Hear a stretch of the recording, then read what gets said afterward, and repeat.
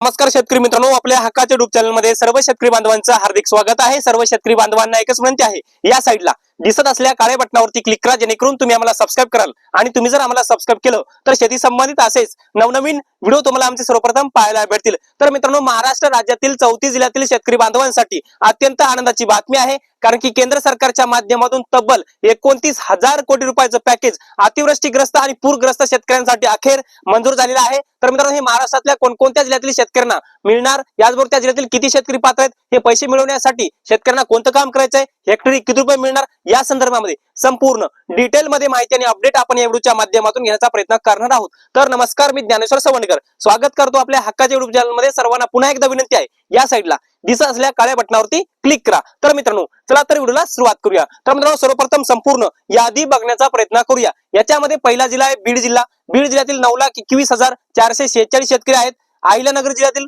8,27,282 शेतकरी आहेत। सोलापूर जिल्ह्यातील 7,37,702 शेतकरी आहेत। नांदेड जिल्ह्यातील 8,57,580 शेतकरी आहेत। बुलढाणा जिल्ह्यातील 6,80,393 शेतकरी आहेत।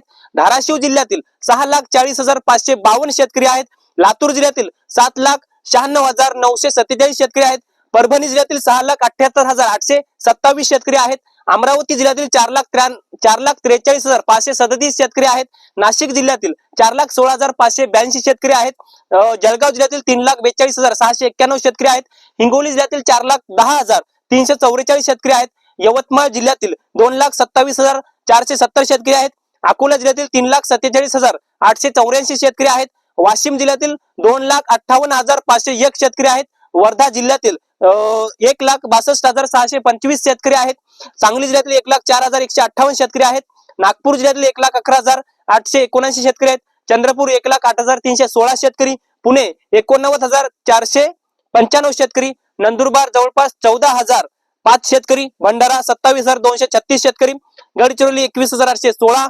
पालघर 49,517।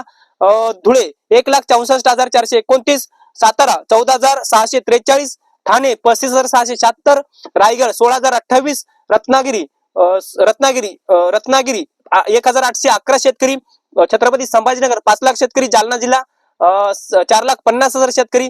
गोंदिया 6,0754। रायगड 6,028। कोल्हापूर 5,860। सिंधुदुर्ग 517। अशा प्रकारे राज्यातल्या 34 जिल्ह्यातील 93,94,838 शेतकऱ्यांना केंद्र सरकारच्या माध्यमातून एकूण 29,000 कोटी रुपये वाटप केले जाणार आहे। आपण जर पाहायला गेलं तर ही माहिती आपल्याला राज्याचे उपमुख्यमंत्री तथा अर्थमंत्री अजित पवारांच्या माध्यमातून सध्या चालू असलेल्या हिवाळी अधिवेशनाच्या माध्यमातून माहिती देण्यात आलेली आहे। याचबरोबर अर्थमंत्र्यांच्या माध्यमातून अशी माहिती दिली की आपण 27 नोव्हेंबरला पहिला प्रस्ताव केंद्राला पाठवला होता। दुसरा प्रस्ताव 1 डिसेंबर 2025 रोजी पाठवला। तिसरा प्रस्ताव 5 डिसेंबर 2025 रोजी पाठवला आणि आतापर्यंत 3 प्रस्ताव पाठवले। याच्या अगोदर केंद्र सरकारचे जे काही पथक होतं ते महाराष्ट्रातल्या 4 जिल्ह्यामध्ये येऊन गेलं।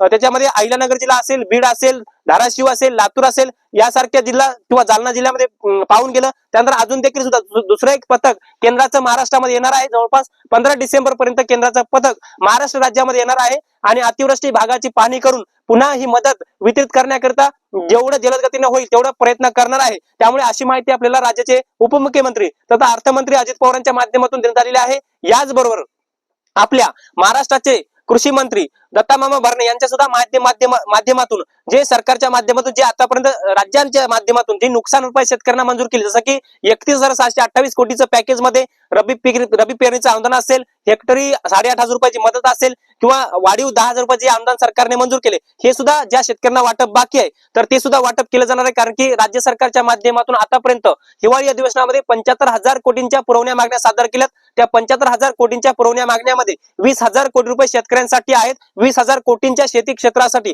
पुरवण्या मागण्या राज्य सरकारने सादर केलेत। त्यापैकी 14,000 कोटी रुपये शेतकऱ्याच्या खात्यामध्ये गेलेत, अशी माहिती सुद्धा मुख्यमंत्री देवेंद्र फडणवीस यांच्या माध्यमातून देण्यात आलेली आहे। याचबरोबर जे काही उर्वरित 6,500 कोटी रुपये आहेत ते पुढच्या काही दिवसामध्ये शेतकऱ्यांच्या खात्यामध्ये वाटप होतील, अशी सुद्धा ग्वाही कृषी मंत्री असतील, मुख्यमंत्री असतील यांच्या माध्यमातून देण्यात आली आहे आणि केंद्र सरकारच्या माध्यमातून जे 29,000 कोटी रुपये अतिरिक्त महाराष्ट्रातील अतिवृष्टीग्रस्त आणि पूरग्रस्त शेतकऱ्यांना जे मंजूर झालेले आहेत ते सुद्धा लवकरच शेतकऱ्यांच्या खात्यामध्ये वितरित होतील. त्यासाठी शेतकऱ्यांकडे फार्मर आयडी असणं महत्वाचं आहे. शेतकऱ्याचा फार्मर आयडी अप्रूव्हल असणं अत्यंत महत्वाचं आहे आणि याच्या अगोदर तुमचे 31,628 कोटीच्या पॅकेजचे तुम्हाला पैसे आले असतील, तुम्हाला सरकारचे नुकसान भरपाई आले असेल तर तुम्हाला कोणतेही काम करण्याची गरज नाही. फक्त तुमच्या आधारला बँक खातं लिंक असलं पाहिजे, म्हणजे तुमच्याकडे फार्मर आयडी असलं महत्वाचं पाहिजे.